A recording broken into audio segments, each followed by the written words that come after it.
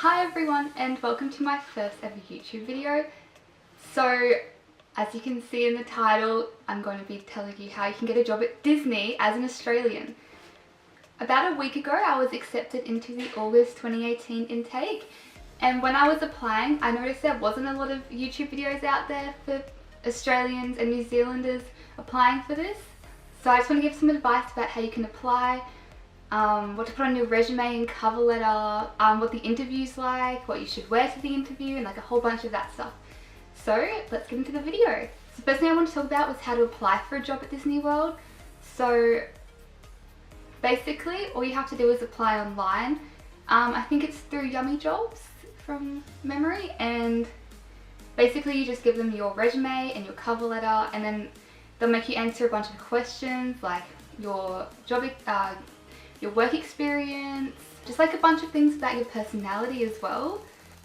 So just some tips in writing a cover letter. All they want is like why you're applying for it, and just a whole bunch, like you don't have to go overboard. I personally wrote about 700 to 800 words, which is a bit ridiculous from what I've heard. Most people only write about like 400, 500. So the first thing I said in my cover letter was why I was actually interested in Disney. I talked about how I visited Disneyland as a kid and how that sort of inspired me to want to work for Disney. You also have to keep in mind that this is a cultural exchange program, so they want to see that you're willing to work with people from all over the world, and that's one of the reasons why I really want to be on this program.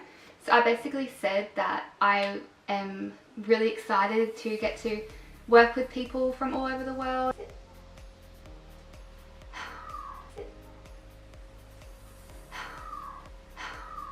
So then I went and talked about my work experience, and I've worked in the same job for about 3 years. So I talked about the skills that I got from that, so like dealing with customers, handling money, all that kind of stuff. And just another thing you should note is that Disney doesn't like you calling people customers. They prefer you to say guests, as it's more polite. And then I went and talked about what I'm studying at uni and how it sort of applies to working for Disney as well. So I'm studying animation at the moment, and obviously that's going to look good on my resume because that's what Disney's about. But it doesn't really matter what you're studying, just as long as you can sort of mention how it's appropriate for the job you're going for. So I just wrapped it all up. I went back through my points and just put that into a nice conclusion for them. So the next part was the resume. Now I found this a lot easier, a lot less writing. So in my resume, I sort of just did like dot points. And the first bullet point I had was about me, so these were my personal qualities. This could be something like if you're a fast learner, if you're organized, if you're friendly. Make sure you're honest, because I think this will highlight your own personality, and I think they know what they're looking for. The heading I had was work experience. So if you've never actually worked before, it's good to just put like volunteer experience. So if you've like been a lifesaver or, you know, something like that. And then the next heading I had was roles and responsibilities.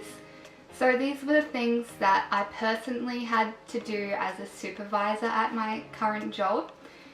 So that could be rostering, hiring, everything you have to do as a supervisor. The next thing I had was education. So here I just listed my high school, my primary school, and my current university. I then went on to my qualifications. So this is like if you can drive, your RSA, your first aid, CPR certificate. I think this was one of the most important headings because this shows them that you have gone out of your way to get these certificates and you do have skills already. And then my last heading was hobbies. So this is good because it shows a bit more about your personality and what you enjoy doing. So I do karate twice a week. I also help train the kids.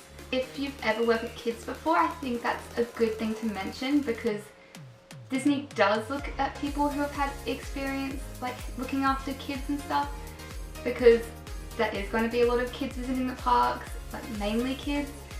So I think it's good if you can show them that you know how to handle messy situations and be organised and friendly and not get annoyed if there's children around. Finally, don't forget to put in some references. I personally haven't heard of any references being called before, but I think it's good just to show that you have people who trust you and that there's people willing to put in a good word for you. Next step is the interview. This was the most nerve-wracking thing I've done in my life.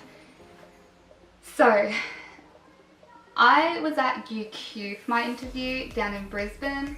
I think they have interviews in Melbourne, Sydney and Perth as well, if I'm correct. The person who does all the interviewing is named Jill. She's very, very lovely and friendly.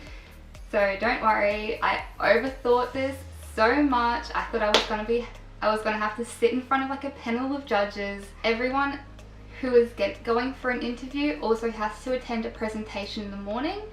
Most of the presentations start at 9, and she just shows like a bunch of videos about Disney, and she just like talks about what you're going to be doing over there. Can I just say, I overthought this part so much. I overprepared myself.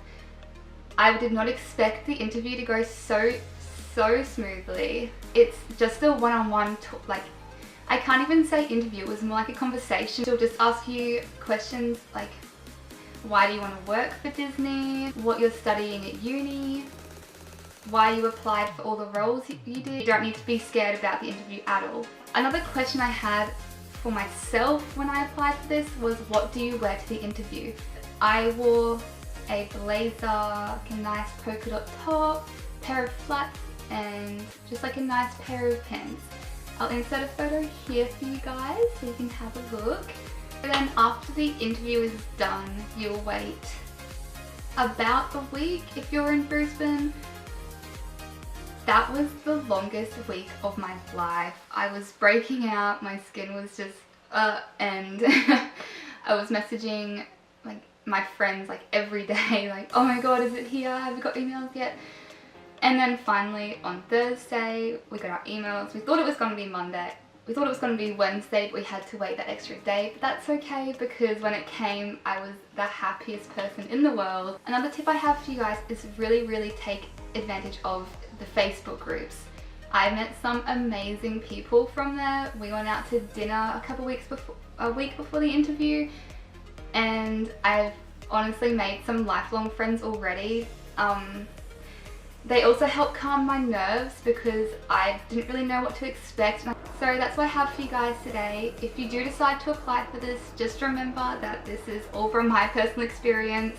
Yours may be completely different, but I was just giving advice from what I went through. Make sure to like and subscribe. I can't believe I just said that.